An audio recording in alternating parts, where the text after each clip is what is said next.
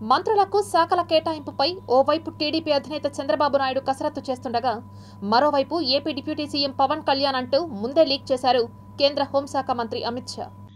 ఆంధ్రప్రదేశ్ ముఖ్యమంత్రిగా నారా చంద్రబాబు నాయుడు ప్రమాణ స్వీకారం చేశారు. ఇక జనసేన అధినేత పవన్ కళ్యాణ్, టీడీపీ జాతీయ అధ్యక్షుడు నారా లోకేష్తో సహా 24 మంది మంత్రులుగా ప్రమాణ స్వీకారం చేశారు. ఈ కార్యక్రమానికి ప్రధానమంత్రి నరేంద్ర మోడీ, కేంద్ర మంత్రులు అమిత్ షా, జేపీ నడ్డా, ఇతర మంత్రులు, సినీ, రాజకీయ ప్రముఖులు కూడా తరలివచ్చారు. ఈ సందర్భంగా అమిత్ షా ట్విట్టర్ వేదికగా ఓ పోస్ట్ చేశారు.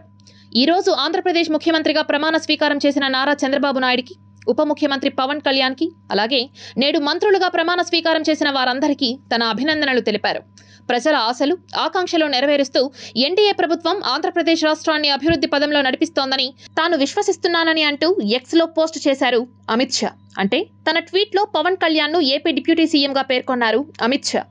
కాగా ఏపీ సీఎం మంత్రుల ప్రమాణ స్వీకారానికి ఒకరోజు ముందే విజయవాడకు చేరుకున్న కేంద్ర హోంశాఖ మంత్రి అమిత్ షా, బీజేపీ జాతీయ చీఫ్ జేపీ నడ్డా టీడీపీ అధినేతతో కీలక సమావేశం నిర్వహించారు. మంత్రులు, వారికి శాఖల కేటాయింపుపై చర్చ జరిగింది. ఆ తరువాతే మంత్రుల జాబితాను టీడీపీ అధినేత చంద్రబాబు నాయుడు రిలీజ్ చేసిన సంగతి తెలిసిందే. మరోవైపు మెగాస్టార్ చిరంజీవి కూడా ఈ విషయాన్ని సోషల్ మీడియాలో ముందుగానే పేర్కొన్నారు. ఆంధ్రప్రదేశ్ ముఖ్యమంత్రిగా 4వసారి ప్రమాణ స్వీకారం చేసిన నారా చంద్రబాబు నాయుడికి, డిప్యూటీ సీఎం కొనిదెల పవన్ కళ్యాణ్కి, మిగతా మంత్రివర్గానికి హార్దిక శుభాకాంక్షలు తెలిపారు. ఆంధ్రప్రదేశ్ సర్వతోముఖాభివృద్ధికి అహర్నిశలు పాటుపడే అవకాశాన్ని సద్వినియోగం చేసుకుంటారని ప్రగాఢంగా విశ్వసిస్తున్నాను, ఆశిస్తున్నాను అంటూ ఎక్స్లో పోస్ట్ చేశారు మెగాస్టార్ చిరంజీవి.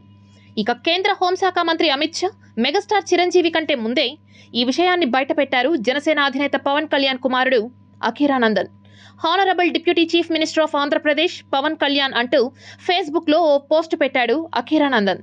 దీంతో పవన్ కళ్యాణ్ డిప్యూటీ సీఎం అనేది స్పష్టమైన, ఆయనకు ఏ శాఖ కేటాయిస్తారో అనేది ఇప్పుడు ఆసక్తికరంగా మారింది.